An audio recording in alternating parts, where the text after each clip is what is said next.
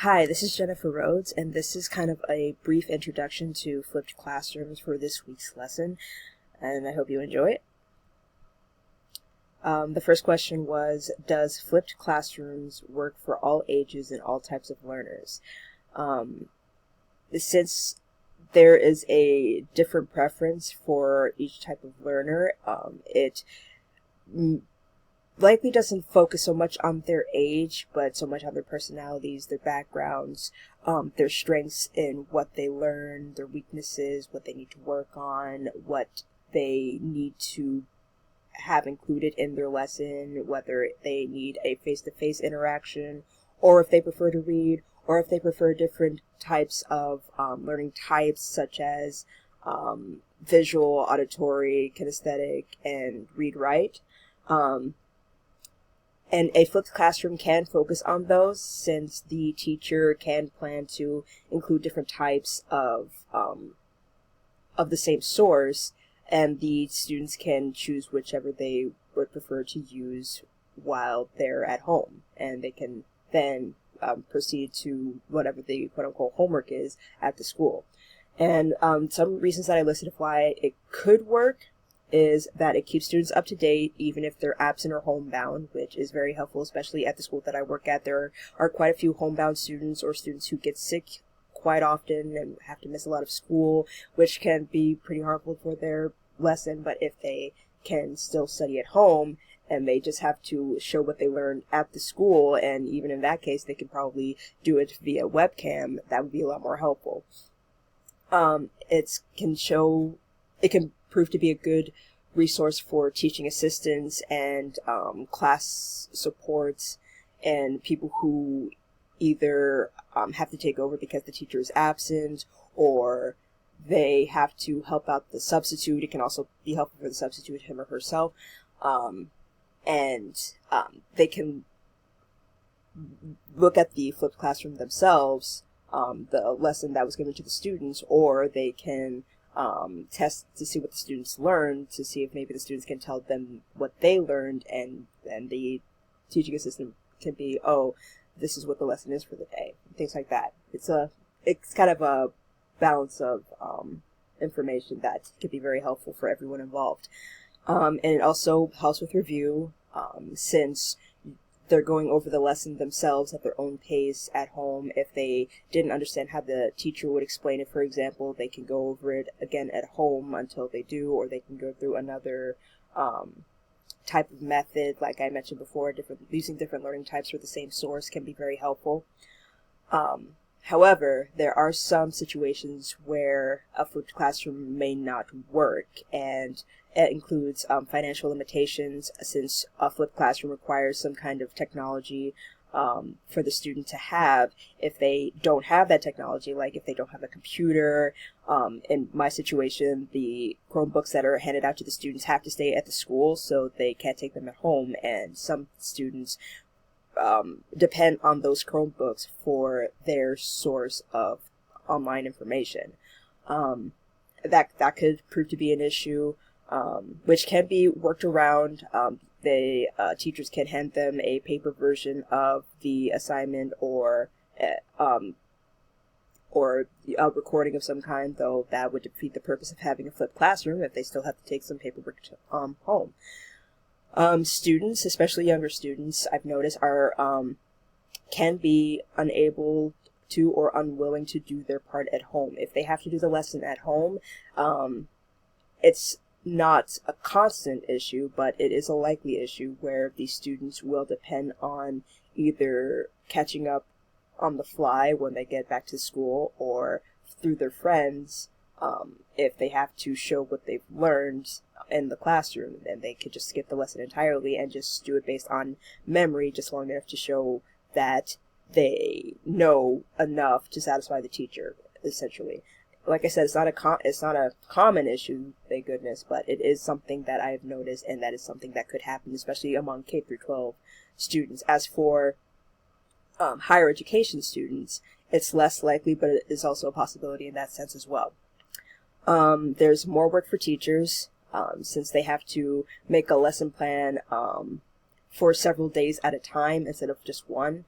So they have to do they have to work on a certain lesson that will pretty much preface what the flipped classroom lesson will be that day. Then they have to make the lesson themselves through a video and using different kinds of programs to one that I saw was they used a program to show a calculator and to have a virtual blackboard, and then there was a PowerPoint on the corner and things like that. They have to do different use different programs in order to create the equivalent of a classroom that the students can see, and that can take a lot of time, have a lot of work involved, especially if the students, or the teachers rather, are new at using that kind of technology.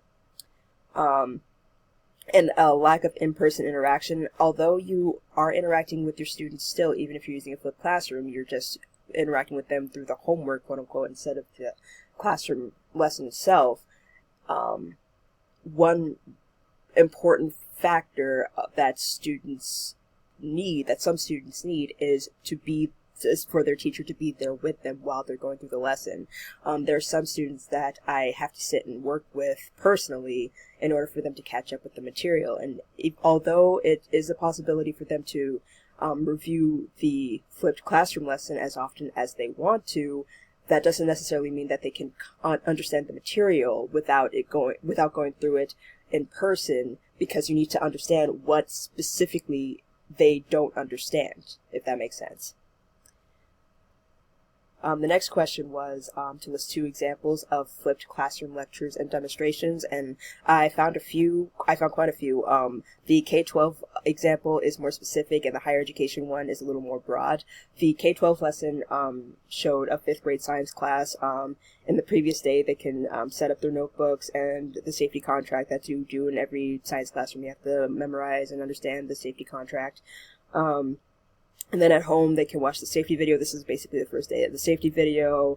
And then they can watch a screencast. They can sign the contract that they needed to understand. And then they can do the safety quiz to show that they did, in fact, understand. And then the next day, they can do kind of a mock lab to show that they did understand the safety procedures that they have to follow in every lab in science.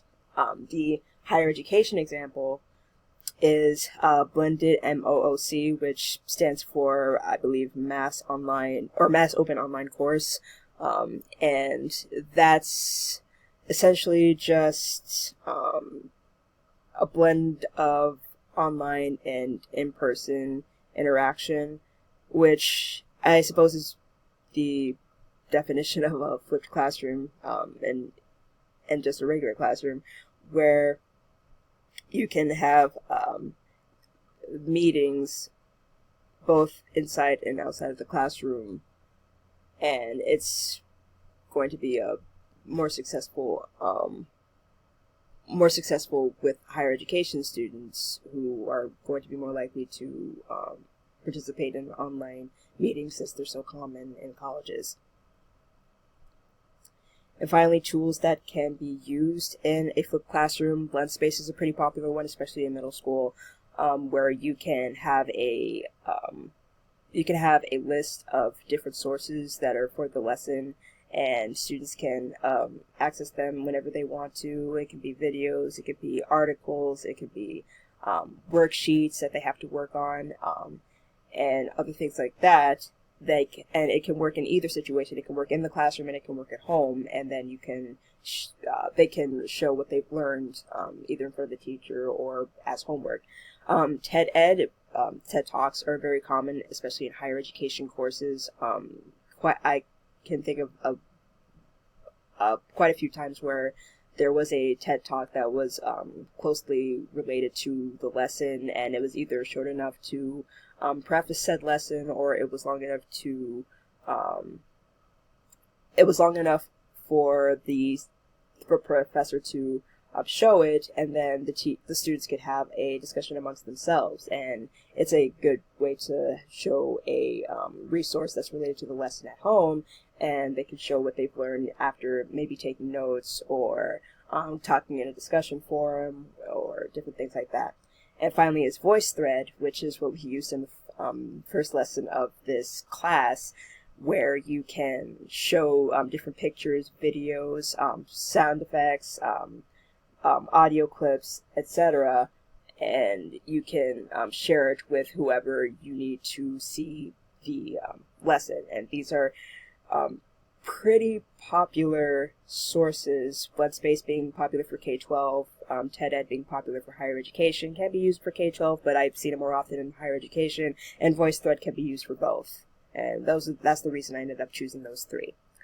Okay, so these are the sources that I've used to find this information. I hope you enjoyed my lesson. It went a little bit more than expected, but yeah, thank you for taking the time to look at my quick presentation.